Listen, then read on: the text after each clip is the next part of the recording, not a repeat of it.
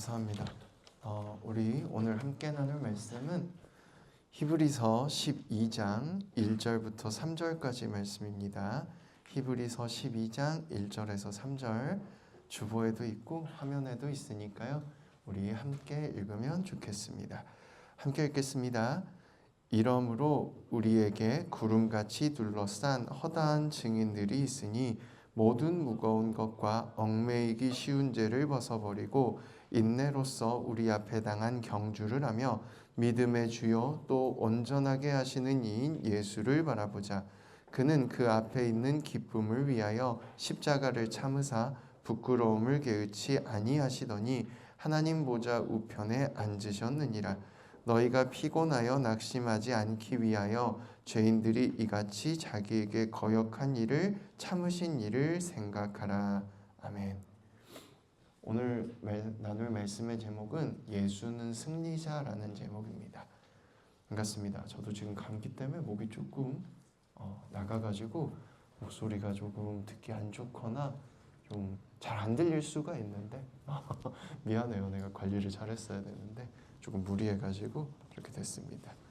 오늘 말씀을 나눠보자면 이런 얘기들이 나와요. 이러므로 우리에게 구름같이 둘러싼 허다한 증인들이 있다. 근데 그 증인들이 뭘 증언하냐? 모든 무거운 것과 얽매이기 쉬운 죄를 벗어버리고 인내로써 우리 앞에 당한 경주를 하고 믿음에 주고 온전하게 하신 이인 예수를 바라보자. 이걸 증언하고 있다는 거예요. 우리가 삶이 어렵고 힘들고 우리 가운데 여러 고난과 유혹이 오고 또 그것 때문에 힘들 때도 있지만 또 우리가 올바름을 위해서 싸워나가는 경주를 하고 있지만 그 속에서도 우리를 도우신 예수를 바라보자. 이걸 증언하는 증인들이 많이 있다는 얘기예요. 그러면 도대체 왜 예수를 증언해야 되냐라고 할 때 이렇게 덧붙이고 있어요. 그는 그 앞에 있는 기쁨을 위하여 십자가를 참으사 부끄러움을 개의치 아니하시더니 하나님 보좌 우편에 앉으셨느니라. 어떤 좋은 일을 위해서 십자가라는 고난을 당하는 것을 참고 감당했다. 그리고 그로 인해서 그가 우리를 구원하셨고 하나님 보좌 앞에 하나님 옆에 앉아 계시게 되었다. 이렇게 말하고 있는 겁니다. 그러면서 우리에게 이렇게 말합니다. 너희가 피곤하여 낙심하지 않기 위하여 죄인들이 이같이 자기에게 거역한 일을 참으신 일을 생각해라. 되게 어렵게 써 있잖아요. 쉽게 말하면 무슨 말이냐면 야, 우리 이런 말 교회 다니면서 혹시 들어봤나요? 내 죄도 하나님이 참아주셨는데 내 친구, 내 옆에 그 사람, 날 화나게 한 그 사람의 죄 정도야 내가 그냥 이해하고 넘어가자. 이렇게 말하는 얘기 혹시 들어보신 적 있을까요? 그런 얘기가 여기에 그대로 써 있는 거예요. 야, 하나님이 널 기억하고 참아주셨잖아. 예수님이 널 사랑하고 대신 십자가 지셨잖아. 너도 구원받았잖아. 그러니까 누가 너한테 좀 잘못해도 누가 너한테 죄 좀 지어도 그거 생각하면서 같이 잘 참아보자. 이런 얘기가 써 있는 겁니다. 그러면 이런 의문이 생길 수 있어요. 아니 어떻게 다 참고 견딥니까? 안 그래요? 옆 사람 얼굴 이렇게 한번 봐보세요. 아니면 옆 사람 얼굴 보기가 좀 민망하면 나를 화나게 했던 어제 나를 화나게 했던 누군가를 좀 생각해 보세요. 가족일 수도 있고 친구일 수도 있고 선생님일 수도 있겠죠. 떠올려 보세요. 그 사람이 그렇게 했는데 아 그래 하고 넘어갈 수 있는 사람. 아 그럴 수도 있지 하고 넘어갈 수 있는 사람. 있나요 혹시? 누나가 언니가 오빠가 동생이 화나게 했는데 아 그래 네가 좀 속상했나 보다 하고 넘어갈 수 있는 사람. 오 대단합니다. 박수 한번 쳐주세요. 네. 대단합니다. 무서워서 넘어가는 건지 이해해서 넘어가는 건지 모르지만 어쨌든 넘어갈 수 있는 마음이 있다는 것 자체가 대단하죠. 네. 성경에 보면 그것에 대한 얘기가 바로 예수님의 얘기로 나오는 거예요. 우리는 이렇게 배워요. 예수님이 우리를 위해서 십자가를 지고 죽으심으로 죄와 싸우셨고 죄를 이기고 부활하셨다. 죽음을 이기셨다. 이렇게 배웁니다. 그런데 사실 성경이 말하는 예수님의 승리는 십자가에 있어요. 죽음 자체에 있습니다. 왜? 생각해봐요. 세상을 만든 하나님이 우리와 같은 모습으로 올 필요가 없죠. 사람으로 이 땅에 태어날 이유가 없습니다. 세상을 만들었고 세상 모든 것을 마음대로 하실 수 있는 분인데 굳이 그럴 필요가 없는데 우리와 똑같이 사람으로 이 땅에 왔어요. 그리고 고통을 당할 필요가 없는데 고통을 당했습니다. 왜? 누군가는 책임을 져야 되는 거예요. 잘못된 일, 누군가가 악을 행했을 때, 욕심을 가졌을 때, 누군가를 상처받게 했을 때 누군가는 책임을 져야 돼요. 그리고 심지어 사람들이 스스로 그 죄 때문에 괴로워할 때조차도 그걸 누군가가 책임을 져야 되는 거예요. 그러니까 그걸 책임질 수 있는 존재는 아무도 없는데 하나님이 대신 책임져 주겠다고 우리와 똑같은 모습으로 와서 우리의 죄를 대신해서 고통을 똑같이 당하는 겁니다. 그게 왜 그렇게 됐느냐라고 묻는다면 사실은 하나님이 정한 규칙이에요. 하나님이 정한 규칙이에요. 근데 이렇게 말하면 이렇게 물으시는 분들이 있어요. 아니 그러면 하나님이 정했으니까 하나님이 맘대로 바꿔가지고 규칙을 용서해 주시면 되는 거 아니냐. 그렇죠? 또 이렇게 묻는 사람도 있습니다. 전지전능한 하나님이면 우리가 죄를 안 짓게 우리의 마음을 바꿀 수 있지 않을까요? 라고 묻는 사람도 있습니다. 그런데 생각해 봅시다. 생각해 봐요. 내가 맘대로 정말 마음대로 조종할 수 있는 사람을 내가 믿을 수 있나요? 그 사람이 날 따라준다고 해서 내가 기쁘고 행복한가요? 하나님은 사람을 창조하실 때 하나님과 함께 더불어 이야기할 존재로 창조하셨다고 성경에 기록되어 있어요. 함께 하시기 위해서 창조하셨다고. 그래서 사람에게 자유의지를 주시고 사람에게 스스로 선택하게 하셨습니다. 그러면 왜 우리 마음을 마음대로 안 바꾸시는지는 이제 해결이 됐잖아요. 두 번째, 다시 첫 번째 질문으로 이제 돌아갈게요. 그러면 규칙을 바꾸면 되잖아요. 용서해 주시면 되지. 이렇게 물어보겠습니다. 옆에 사람이 3시에 보자고 했어. 여러분 친구가 3시에 보자고 했어. 근데 2시 55분이 됐어. 이제 일어났다고 5시에 보재. 그래서 기다렸어. 5시가 됐다? 약속 장소에 갔는데 안 나와. 전화를 했어. 그랬더니 미안해. 야, 1시간만 더 있다 보자라고 그랬어요. 그럼 다음에 그 친구가 야, 2시에 보자라고 하면 믿을 수 있어요? 없어요? 없죠. 세상을 창조한 하나님이 죄의 기준을 정하고 그 죄에 대해서 심판하겠다고 규칙을 정했습니다. 근데 하나님이 그 죄에 대해서 심판을 안 하면 누가 하나님을 믿을 수 있겠어요? 누군가는 심판을 받아야 되고 책임을 져야 되는 거예요. 그런데 하나님은 우리를 사랑하셔서 심판하고 싶지 않았단 말이에요. 누군가는 책임을 져야 됐어요. 그러면 누가 책임져야 돼? 하나님이 대신 책임지면 됩니다. 그 규칙을 만든 그분이 그 규칙을 본인께서 당신께서 스스로 먼저 지키면 돼요. 그래서 우리와 똑같은 모습으로 오셔서 똑같이 고통당하시고 그걸 다 없이 할 능력이 있음에도 십자가를 무너뜨리고 거기서 회복하고 로마라는 국가를 없애버릴 권능이 있음에도 그 권능을 활용하지 않고 죽은 거예요. 그게 곧 예수의 승리입니다. 왜? 내가 누군가를 위해 희생했잖아요. 그걸 우리는 승리라고 불러요. 그게 왜 승리가 되는지 잘 모르겠어요. 모르겠는 사람이 아마 더 많을 텐데 여기 계신 선생님들은 다 아실 거예요. 내 자녀가 죽도록 울어요. 어렸을 때. 근데 아직 분유 먹일 시간이 안 됐어. 근데 너무 힘들어하고 울어. 자다가 깨가지고 배고프다고 울어요. 그럼 거기서 아직 시간 안 됐어 라고 끝까지 버틸 수 있나요? 없어요. 부모님이 잠을 포기하고 그 시간에 물을 끓이고, 요즘은 전자레인지가 있어서 좀 나은데 물을 끓이고 찬물을 섞어서 온도를 맞추고 분유를 타서 먹여주는 거예요. 나는 내일 출근해야 하지만 내 아이가 지금 배고파하니 아직 시간이 안 됐지만 애를 쓰고 희생을 하는 거죠. 그 희생을 곧 승리라고 불러요. 왜?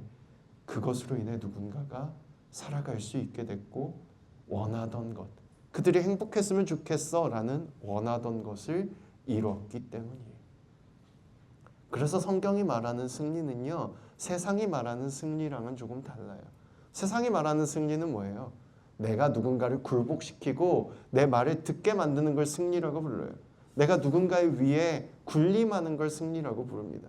그러나 성경은 그렇게 말하지 않아요. 너희가 함께 할 수 있도록 네가 양보하는 게 승리라고 불러요. 그걸 승리라고 말해요. 그런데 사실은요, 세상도 마찬가지예요. 우리한테는 경쟁시키잖아요. 이 나라의 법도 그렇고 저 위에 수많은 소위 말하는 우리나라의 지도자라는 분들이 우리한테 끊임없이 경쟁을 시켜요. 그런데 본인들끼리는 뭐 하냐면 협력해요. 협력해요. 이 대기업 총수의 자녀와 이쪽 대기업 총수의 자녀가 주기적으로 만나서 같이 놀고 여행 다니고 이야기 나누고 같이 취미 활동을 해요. 왜? 나중에 같이 이 나라를 이끌어 가야 되니까. 이 정치인의 자녀랑 저 정치인의 자녀가 TV에선 이 정치인과 저 정치인이 맨날 싸우거든요. 근데 평상시에는 이 정치인의 자녀와 저 정치인의 자녀가 만나서 같이 취미 활동하고 같이 놀아요. 왜? 앞으로 이 나라를 이끌어갈 후계자들이 될 가능성이 있으니까. 그러면 왜 우리한테는 경쟁하라 할까? 협력이 좋다는 걸 잊어버려야 유지가 되잖아요. 세상은 끊임없이 거짓말해요. 지금만이 아니고 예수님 시대 때도 그랬고 그 전에 시대 때도 그랬어요. 왕들은 늘 협력했어요. 경쟁하면서도 협력을 가르쳤어요. 그런데 세상 사람들에게는, 일반 백성들에게는 이렇게 말했습니다. 너희가 더 경쟁하고 잘나서 더 열심히 충성해야 더 많은 복을 받을 수 있어. 성경은 그것에 대해서, 하나님은 그것에 대해서 정반대의 모습을 보여주시는 거예요. 진짜 승리가 뭔 줄 알아? 진짜 승리는 양보하는 거야. 희생하는 거야. 뭐 때문에? 사랑 때문에. 내가 사랑하는 사람을 위해서 내가 한 번 양보하는 거야. 그러면 돼. 그게 진짜 승리라니까. 너희가 함께 할 수 있으면 그게 진짜 승리라니까. 이렇게 말하고 있는 게 하나님의 뜻이고 성경의 말씀이에요. 우리가 그걸 잊지 않으면 좋겠어요. 사실은 누군가와 함께하는 일은 힘들어요. 함께하는 일은 힘들어요. 다시 한번 옆에 사람 얼굴 이렇게 볼래요? 마음에 안 드는 부분이 있죠. 마음에 안 드는 부분이 있어요. 다 마음에 들 수 없어. 100% 마음에 들 수 없단 말이에요. 근데도 우리는 함께 하잖아요. 어떻게 함께 할 수 있어? 그 마음에 안 드는 부분을 눈 감아주잖아. 친구끼리도 그래. 같은 반에 있는 사람도 그래요. 그러면 부부는 다를까? 이따 분반 시간에 선생님들한테 물어봐요. 부부는 좀 다른가? 같이 사시니까 좀 괜찮아요? 다 마음에 들어요? 이렇게 물어봐. 어떻게 결혼하셨어요? 다 마음에 들어서 결혼하셨어요? 하면 다 마음에 들어서 결혼한 사람 아무도 없어. 그냥 안 좋은 부분은 눈 감고 좋은 부분에 집중하고, 물론 가끔씩 그 눈 감았던 안 좋은 부분 때문에 화가 머리끝까지 나기도 하지만 그래도 서로 좋은 부분을 보면서 그래, 이 사람은 이게 참 좋아 라고 하고 같이 살아가는 거예요. 우리는 누구나 사실 그렇게 살아요. 성경이 하는 얘기는 어려운 게 아니에요. 나쁜 부분에 집중하지 말고 서로 물어뜯지 말고 그의 좋은 부분을 보고 함께 하자는 거예요. 하나님이 우리에게 하시는 말씀이 바로 그거예요. 내가 널 알고 너의 좋은 점을 알고 내가 널 사랑해. 너의 나쁜 부분은 내가 책임지고 갈 테니 서로 좋은 부분을 보고 함께 했으면 좋겠어. 이렇게 말하고 있는 겁니다. 그 말을 우리가 기억할 수 있으면 좋겠어요. 지켜나갈 수 있으면 좋겠어요.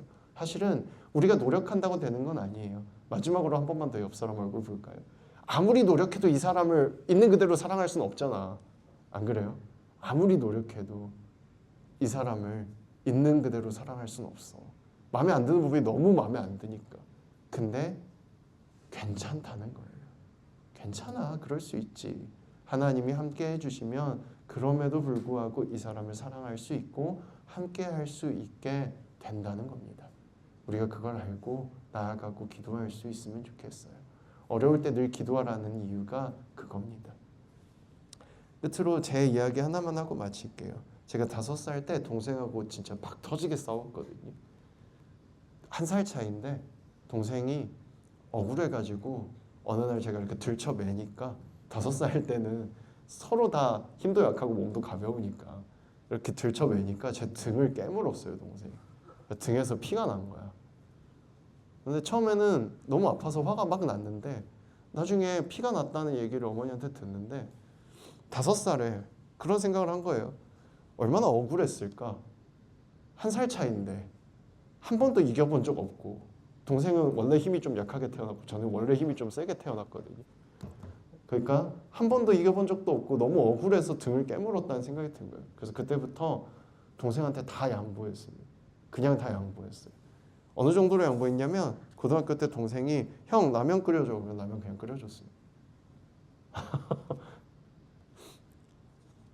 컴퓨터 게임하고 있다가도 동생이 형 나 게임할래 그러면 비켜줬어요. 내가 할 거 있어도 비켜주고 양보해주고 물 갖다 놓으면 물 갖다 주고. 왜?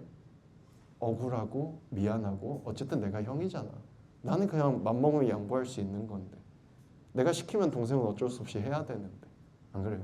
계속 양보했더니 나중에 동생이 저한테 그러더라고요. 성인이 되고 나서 왜 그렇게 착해 사람이? 그래서 착한 게 아니라 그냥 양보하는 거지. 동생이잖아 네가. 내가 형이고. 그랬더니 동생이 지금도 가끔 물어보는데 형 돈 안 부족해? 용돈 줄까? 이러거든요. 되게 고맙고 미안해서 받진 않는데 그만큼 양보하고 서로 함께하는 것 속에서 아 동생도 나를 사랑하고 있구나를 저도 느끼는 거예요. 그래서 저는 아 내가 참 잘하고 있구나라는 생각을 해요. 자랑은 아닌데 자랑이기도 해요. 진짜 이기는 게 뭔지 그래서 깨달을 수 있었던 것 같아요. 양보하고 함께하는 거. 내가 힘이 있지만 내가 이길 수 있지만 상대방의 부족함을 알고 있지만 그래도 좋은 점을 바라볼 수 있는 거. 우리가 그렇게 살 수 있게 되기를 간절히 소망합니다. 이 시간 기도하기 원합니다. 손 모으고 눈 감아주시고 반주 좀 부탁드립니다. 이렇게 기도했으면 좋겠어요. 하나님, 나도 부족합니다. 내가 그 사람의 부족함을 알아도 그 사람도 사랑할 수 있게, 그 사람의 좋은 점을 발견할 수 있게 도와주세요. 힘을 주세요. 용기를 주세요. 목소리 내실 수 있는 분은 내셔서 하시고요. 마음으로 하실 분은 마음으로 하시기 바랍니다. 기도하겠습니다.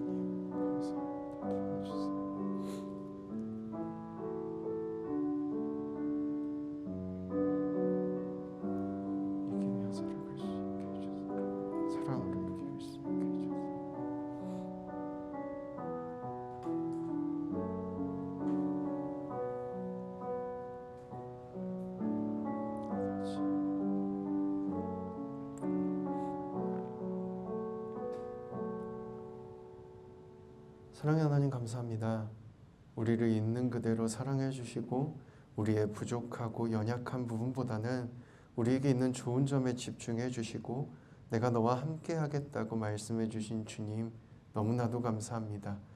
내가 먼저 나를 사랑할 수 있게 해주시고 우리가 우리 곁에 있는 이들을 사랑하며 함께 할 수 있게 용기와 지혜를 허락해 주세요. 그걸 위해서 우리가 스스로를 먼저 바라보고 사랑할 수 있게 도와주세요. 함께 해주세요. 언제나 지켜주시는 줄 믿으며 사랑하는 예수님 이름으로 기도합니다. 아멘.